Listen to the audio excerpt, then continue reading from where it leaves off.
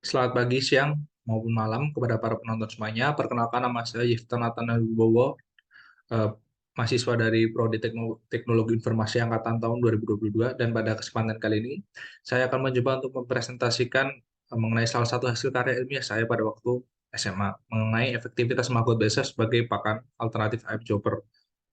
Nah, sebelumnya, untuk pendahuluan, ayam chopper ini adalah jenis ayam kampung bedaging yang merupakan persilangan dari ayam bawang jantan dan juga ayam petelur betina.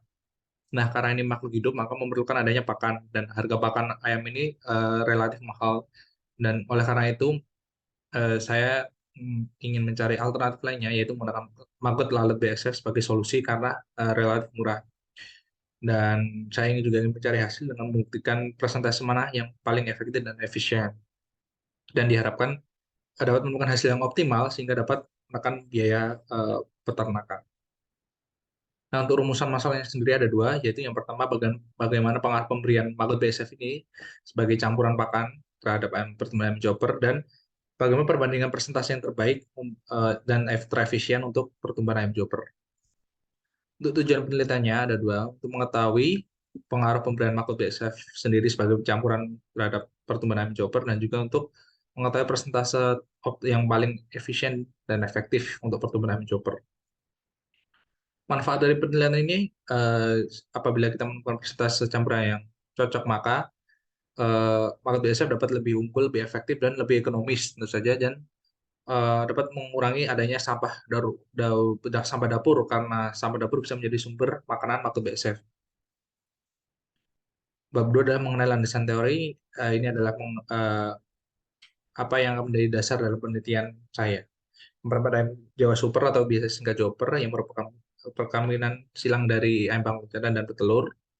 Kemudian ada jenis pakan itu sendiri, ada dua jenis pakan ayam, yaitu BR1 dan BR2, yang dimana BR1 ini diberikan untuk ayam pada umur 1 sampai 21 hari, yang gunanya untuk mendukung perkembangan organ dalamnya dan mempercepat pertumbuhan, sedangkan yang BR2 untuk diberikan kepada ayam umur 22 hari hingga akhirnya masa panen, dan digunakan untuk memacu pertumbuhan berat dan menghasilkan bobot yang optimal.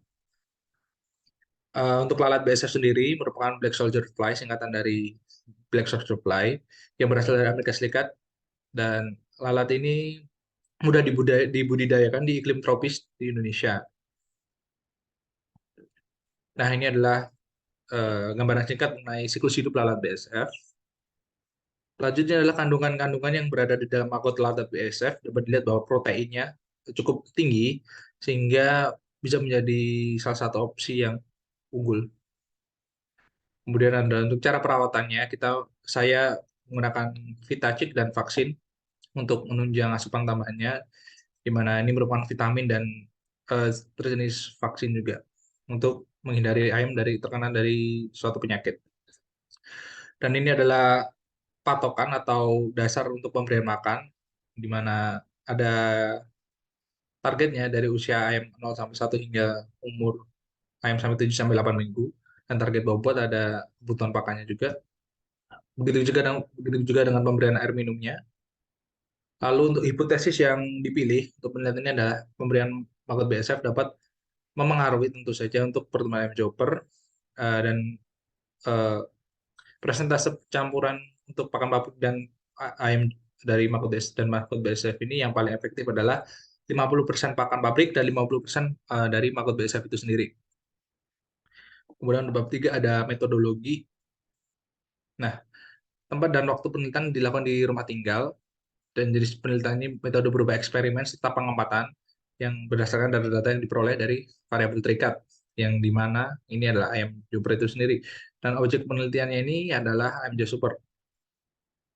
Lanjut untuk metode pengumpulan data, data yang digunakan adalah yang diperoleh dari penimbangan massa ayam yang diambil setiap 1 kali dalam seminggu. Metode analisis datanya menggunakan metode penelitian kuantitatif. Untuk variabel penelitian ada 4 perlakuan. Yang pertama, diberi nama PO0, itu yang diberi makan 100% pakan pabrik jenis BR2. Perlakuan 1 diberi campuran 25% maggot BSF dan 75% pakan pabrik. P2 diberi campuran 50% BSF dan 50% pakan pabrik. Dan sedangkan P3 diberikan campuran 75% pakan BSF dan 25% pakan pabrik. Lanjut ini prosedur kerja untuk persiapan dari DOC atau pada saat ayam datang masih anak ayam. Dapat dilihat dari menyiapkan kandang, menyiapkan peralatan dan bahan, memberi alas koran pada kandang, nyalakan lampu untuk menjaga agar suhu tetap stabil, membuat air rebusan gula agar karena untuk mengganti energi anak ayam yang hilang saat pengiriman. Setelah itu memasukkan anak ayam ke dalam kandang. Setelah sudah berselang kurang lebih 2 jam, pakan ayam akan disebar dan saat umur 4 hari diberikan vaksin ND1. Diberikan juga Vitacik sebagai campuran air minum dan melakukan penimbangan setiap minggunya sekali dalam seminggu. Untuk prosedur kerja umur 21 hingga 21 hari hingga masa panen adalah sebagai berikut: menyiapkan kandang yang lebih besar untuk dipindahkan, menyiapkan peralatan dan juga pembentukan lampu juga untuk menjaga suhu, memindahkan ayam ke kandang yang lebih besar, habis itu melakukan divaksin, memberikan pakan sesuai kebutuhan, memberikan Vitacik juga dan lalu melakukan penimbangan juga setiap minggunya. Kemudian untuk hasil dan analisanya bab 4. Nah, ini dapat dilihat grafik pertumbuhan berat ayam pada perlakuan 0, di mana diberikan 100% dari pakan pabrik. Dapat dilihat berat akhirnya adalah 797 gram rata-rata berat akhirnya. Untuk pertumbuhan perlakuan 1, di mana 20% makro BSF dan 75% pakan pabrik, berat akhir rata-ratanya di angka 843,83 gram. Lanjut untuk eh, pertumbuhan pada perlakuan kedua, yaitu 50% makro BSF dan 50% pakan pabrik, didapatkan hasil 817 gram. Untuk perlakuan 3, dari 75% makro BSF dan 25% pakan pabrik, dapatkan hasil akhir 824,8 gram. Ini apabila dibandingkan, dapat dilihat grafiknya, rata-rata berat tertinggi ada di pelakuan 1 dengan berat rata-rata 843,83 dan terendah adalah di P0 atau yang 100% pakan pabrik dengan berat 797 gram. Nah, uh, kita perlu mengetahui dulu apa sih pengaruh pertumbuhan berat pada ayam. Yang pertama ada karbohidrat. Nah, karbohidrat ini merupakan kandungan terbesar dalam pakan ayam itu sendiri yang gunanya untuk melakukan pembentukan energi dalam tubuh ayam. Penggunaan karbohidrat dapat melakukan mengefisiensi fungsi protein dengan menghemat protein sebagai sumber energi. Dan protein sendiri tentu saja untuk membentuk jaringan tubuh, memperbaiki jaringan tubuh ayam rusak dan kelebihnya akan dirubah menjadi energi. Pakan yang mengandung protein lebih tinggi cenderung akan memberikan pertambahan bobot atau berat pada ayam yang lebih tinggi juga. Nah, untuk analisa per kandangnya, untuk perlakuan 0 rata-rata berat saat masa panen 797 gram, dan dapat dilihat juga pada saat itu nafsu makan mereka menurun dan berat akhir tidak optimal. Untuk perlakuan 1, nafsu makannya stabil dan berat akhir lebih optimal.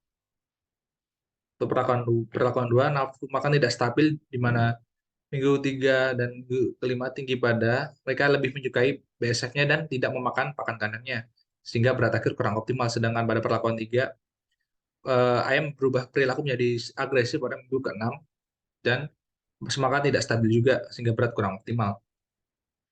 Nah, faktor-faktor apa aja yang mempengaruhi? Yang pertama nafsu makan. Tentu saja pengaruh palatabilitas dari si ayam ini. Dan juga kualitas makhluk BSF. Karena kandungan protein berbeda-beda sesuai umur dari makhluk BSF ini. Nah, jadi pakan yang lebih efektif dan ekonomis terbukti ada di perlakuan 1. Untuk bab 5 adalah kesimpulan. Jadi kesimpulannya adalah yang pertama, pemberian maggot mempengaruhi nafsu makan ayam. Yang kedua, protein pada maggot mempengaruhi berat pada ayam. Yang ketiga, perbandingan presentasi yang paling efektif dan optimal adalah 75% pakan pabrik dan 25% maggot BSF.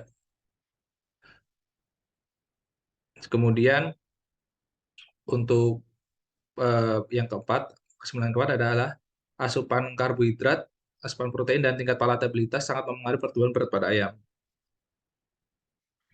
Dan untuk saran penelitian berikutnya, apabila akan diteliti lebih lanjut, yang pertama adalah pemberian pakan tidak terlalu terpatok pada aturannya, karena namanya juga makhluk hidup, jadi mengikuti apa yang terjadi di lapangan. Yang kedua adalah memperhatikan tingkat palatabilitas pada ayam tersebut sendiri. Yang ketiga adalah memperhatikan umur maggot biasa saat dijadikan tambahan pakan. Sementara kandungan protein juga berbeda-beda juga. Sekian presentasi mengenai karya ilmiah saya. Apabila ada maaf, apabila ada kesalahan mohon maaf sebesar-besarnya. Terima kasih.